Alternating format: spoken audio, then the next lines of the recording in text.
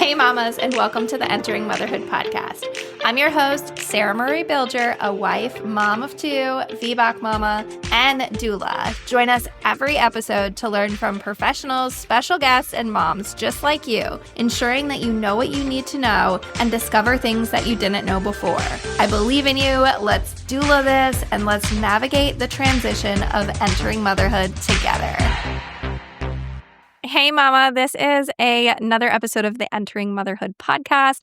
This specifically is a Doula Talk episode, which if you don't know, we go live on Instagram. And by we, I mean me and Katelyn, who is the co-creator of our signature Own Your Birth childbirth education course. Please go look at that if you are looking for a childbirth education course. It's self-led online comprehensive course, and it is just packed with all the information that you will need to be able to feel informed and empowered as you navigate this stage of pregnancy and leading into birth and even the postpartum period. So we are so excited about that course, and we have been chatting and having these doula talks to provide you with more information to really own your birth and have information that maybe you didn't know or refresh your memory on things like that. So I hope you enjoyed this episode. If you ever have any topics that you feel like you would want to add or hear, if you have any questions, then please reach out to us and let us know so that we can include it in these episodes and in these conversations that we are having for you to really feel informed and empowered. So let's get this episode started.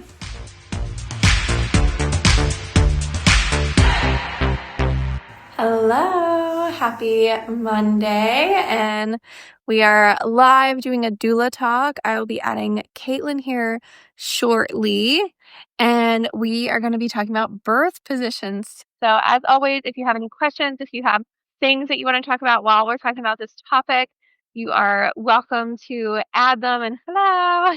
Hi.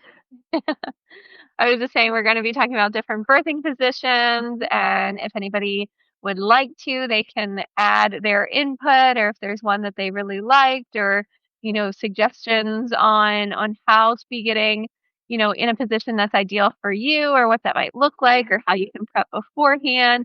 We're going to be talking about it all. Yeah, all the fun stuff. Yeah, and it's always like one of those things like, have we talked about this? And another one, like briefly, like what topics have we covered? And like reviewing like all the different doula talks that we've done, because we've been doing them for a while. I know, and I was thinking about it, like, we've been doing these over a year. I know we took the summer off, so it doesn't really feel like it, but we've been doing these a long time, and they are so much fun, and I don't know. But yes, it's very hard at this point because it's like, "Wait, have we covered that topic?" And then it's like, "Well, if it was a year ago, like, we probably need to revisit it." So, Yeah, yeah. exactly. Yeah, and it's like just trying to focus on one specific thing, because we can get off on a tangent and start like with birth prep, and then like we probably have like mentioned different positions, but have we dedicated one specific doula talk to just birth positions? I don't think so. No, I don't think we have either. So today's the day. Get ready. Yeah, yeah. So I mean, for us, like uniquely, we both had cesareans for our first. So Mhm. in talking about positions in birth, I feel like for cesareans, there is only one option. And I guess we can kind of talk about like just, different ways that you can be doing like clear drape or not, or things like that, like who's by you and whatnot. But going to vaginal births, there is a lot of Mhm. options. And even when you have the epidural, there is still a range of options, which I think a lot of people are usually like surprised about, or they don't understand or don't know or weren't aware even when they were birthing their baby that there was Mhm. another potential option. Yeah, and I think sorry, go ahead. No, yeah, go ahead. I think I honestly, I tell moms when you get the epidural, I feel like it's almost more important to be moving. And I don't say that because it's actually more important. I say it because it's so much easier to forget to move when you have the epidural. Because generally speaking, if the epidural's working right, you're not really in pain. You're not really like intuitively moving anymore. You're just kind of maybe resting or napping or whatever. But if you don't have the epidural, then you are generally having those intuitive movements and like, this feels better than this. But it is still so important to move, even if it's just from side to side or with the peanut ball or whatever it is with an epidural. It is so important to move to help baby move down through the birth canal as well. Yeah. Yeah. And I think, like, exactly to your point, like, even if you're resting, try to Mhm. have somebody that's there, either your doula or your partner or, a nurse or someone, be aware of flipping and rotating you. So you can Yes. use a peanut ball. I want to say most hospitals will have that as an Mhm. option, and you're just placing it in between your legs, you're lying on your side, and maybe somebody's like gently rocking you. So Yeah. I love to do that, like really just kind of like keep manipulating the fascia and making sure that they're still moving in some way. And we're just kind of doing a light rock so they can close their eyes, they can rest, they can like, relax in the moment, which is super beneficial. I think a lot of the Yeah. times when you are trying to go unmedicated and you do go towards the epidural route, it helps to just truly relax. And I can see Mhm. a lot of progress in clients that are like tensing up and resisting and not enjoying the unmedicated side of things. And then they get Yeah. the epidural and there's like a huge progression. Like I think a lot of Mhm. times we hear like, oh, like an epidural could slow things down. But most of the time, what I've seen with clients is it's a huge progression because Yeah. they've been resisting and clenching and having a difficult time. And then once that epidural hits, like you said, like you Mhm. can just like relax and Yeah. let go. And like sometimes then your body is just doing what it needs to do without that resistance. And Mhm. so it can be beneficial if, you're having a difficult time relaxing and releasing without it. Yeah. But we can still most of the time, I'm, like, rotating clients, like, side to side if they want Mhm. to rest. If they don't want to rest and they want to, like, still be moving as much as possible, you can essentially get on all fours. We can Mhm. rotate you around, have your arms, like, up propped on the bed and, like, your Mhm. belly hanging down and your knees, support it if you need that help, but most of the Yeah. time, the epidural isn't fully set in that you can't, still prop your legs up and kind of like hold Yeah. yourself up and support yourself in that position. Even if Yeah. it's kind of placing some pillows underneath of you for extra Mhm. support or having somebody like on either side of you to like support your legs, you can still absolutely be in a almost like all four position Yeah. with the epidural. Yes. Yeah. And, like, honestly, anybody who's heard my birth story knows that I am a huge advocate for all fours. That's how I birthed my daughter. But I love all fours for so many different reasons. Like, you can do open knees, you can do closed knees, you can do so many different variations of all fours. You can do, like, a squat, you can do, like, the true all fours. And it is so good to help get gravity on your side in all fours and still even have like a semi-supported variation of it too. Like if you have the epidural or even if you're unmedicated, like you can do all fours. A lot of doctors I have seen don't necessarily love it because they're not used to it. But as far as like helping your body do what your body is designed to do, all fours is a fantastic option. And the caveat to that is if it doesn't feel good, if you don't like it, don't do it. Because Right. at the end of the day, and this is with all birthing positions and majority of really anything, like if it does not sit well with you, don't do it. Do your research, do whatever you need to do. But especially with birthing positions, I feel like tune into yourself and say, does this feel good? Does this feel intuitive? And if the answer is no, change positions. Doesn't matter what it is. Like, I've seen mamas who are like, "I do not wanna birth on my back," then get to the pushing stage, and they're on their back when they start pushing, they're like, "This actually feels good." And most of the time, I'm like, "No, don't do it," but if it feels good, then that's Yeah. what you need to do, you Yeah. know?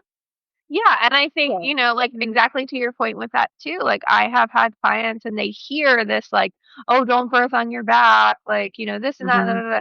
And it's like most of the time people are almost in like a throne position. Yeah, They're not fully, they might be like on their back in a yeah, sense because their back is touching the bed, yeah. but they're more propped up. They have pillows behind them. The Mhm. bed is elevated.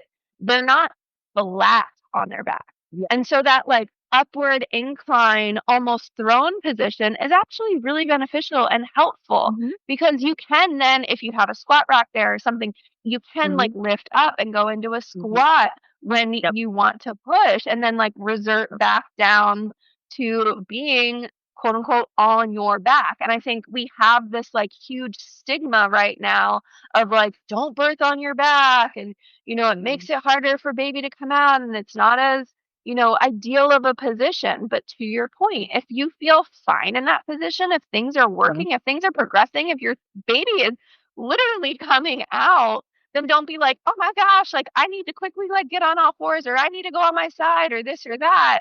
And Yeah. like, there has been clients that have been again, like quote unquote on their back or more in that like Mhm. almost throne position, and they're not tearing. And Yeah. they're, having a beautiful vaginal births, Yeah. unmedicated sometimes. And Yeah. so it's really like it could be comfortable because it's a nice resting position. And you're Mhm. even able to sometimes, see your baby, feel their head, like Yeah. touch them more efficiently and put them directly onto your chest in that position. Sometimes when you Mhm. are like on all fours, it's like, where's my baby? Or like, how do I get them? How do I turn around? Like, like, Yeah. where's the cord? You're like, navigating all this stuff and you can't just like Yeah. put them on your chest and then lay back.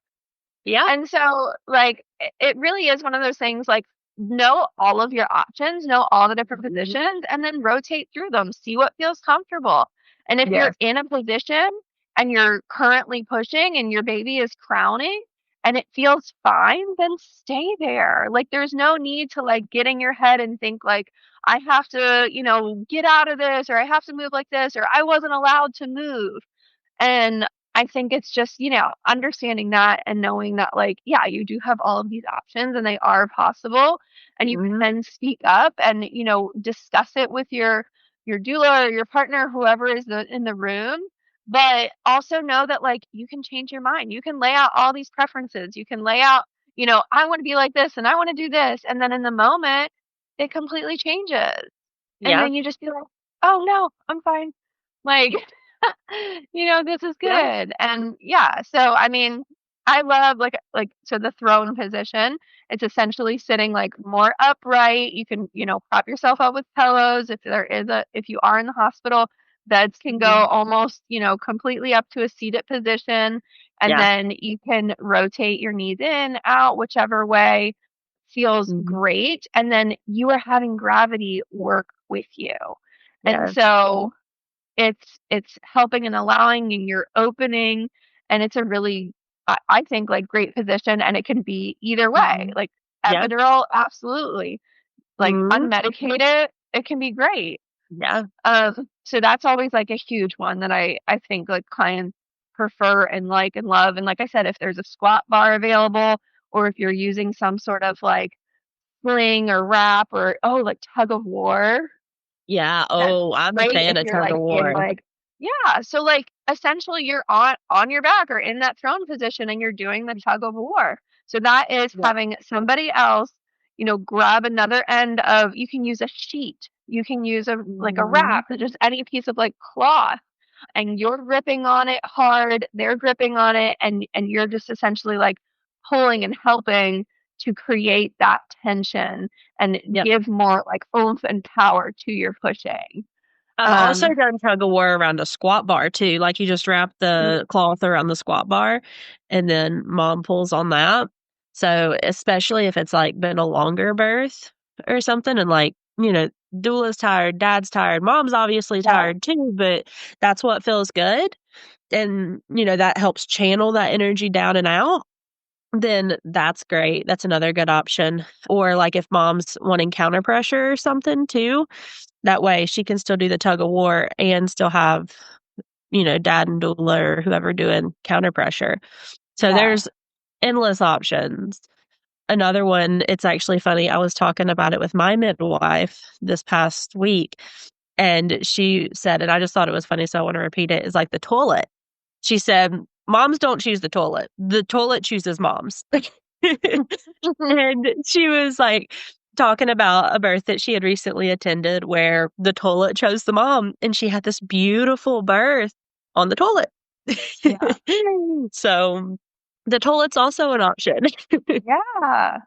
Yeah, I mean, like, it's great, like, if you haven't heard of it before, call it Mhm. dilation station, and it Yeah. can just be a place because you're used to, you know, sitting on the toilet and releasing your bowels and relaxing, Mhm. and so that same sort of downward motion, like, I think it's, like, one Mhm. of those, like, oh, you hear, like, "It's just like pooping," and, like, while it is, it isn't, like Yeah. it's Yeah, like it's the different. closest thing that we can kind of, like, relate Yeah. it to, like, putting just that downward pressure, but you Yeah. can tell, like, if you Mhm. are pooping or pushing, and I Yeah. think, like, a lot of times people are afraid, like, "Oh, if I go in the toilet, like, I'm gonna, like, birth my baby in the toilet," and it's like, okay, like, you'll feel your baby coming out, and, like, someone will be there.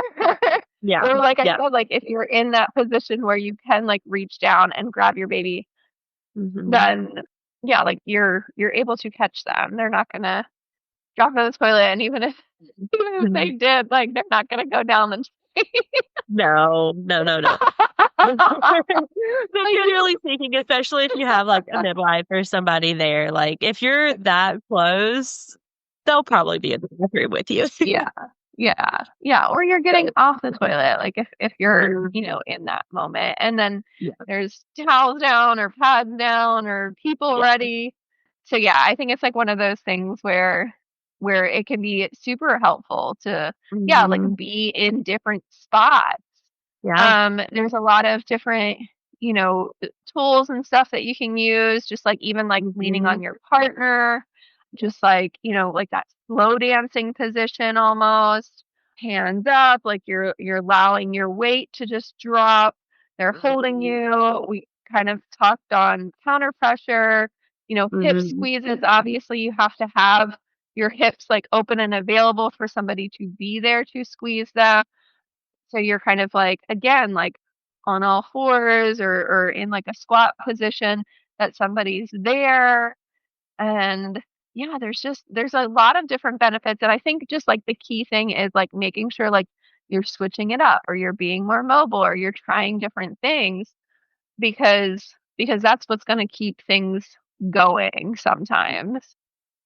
Yeah. Yeah, and even just, like, don't discredit a slight sway, you know? Like, if a position's comfortable and you really like it, but you're just, like, swaying in it, that is still movement, and that is still helping.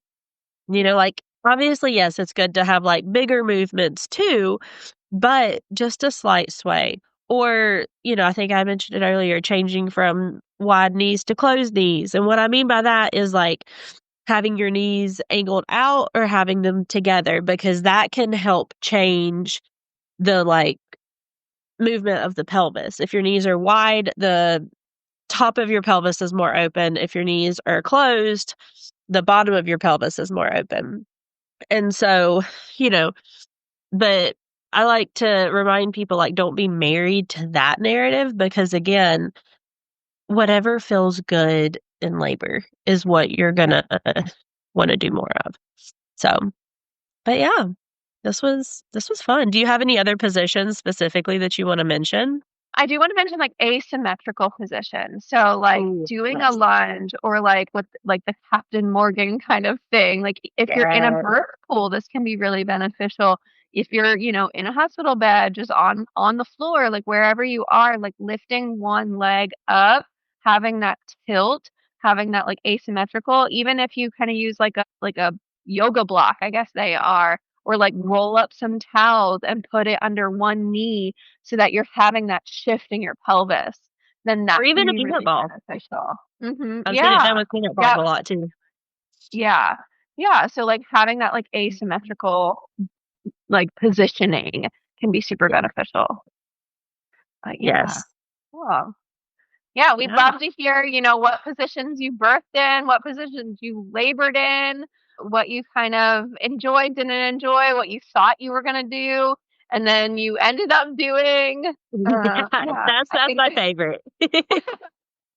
yeah, so, comment or message us and let us know like what different birth positions you liked. Of course, in our childbirth education course, we have pictures and information and everything that kind of like deeper explains different birthing positions and different positions that you can labor in and what that looks like and how to navigate that. So you can always find that information there. Yeah. Well, this is so much fun, guys. And I hope to see y'all next week. All right. Yeah. Bye. Thank you, mamas, so much for listening. Remember, you are a rock star. I believe in you. Let's doula this. Let's crank it up a notch and let's kick it into high gear together. Hit that subscribe button, share this episode with a friend, message me, email me, call me, beat me. You know how to reach me. We're doing this, mamas. I am so excited to catch you here next week. This is your one-stop go-to place for helping you find the resources you need to make the best choices for you and your family during pregnancy, birth, and most importantly, postpartum. See you later, mamas.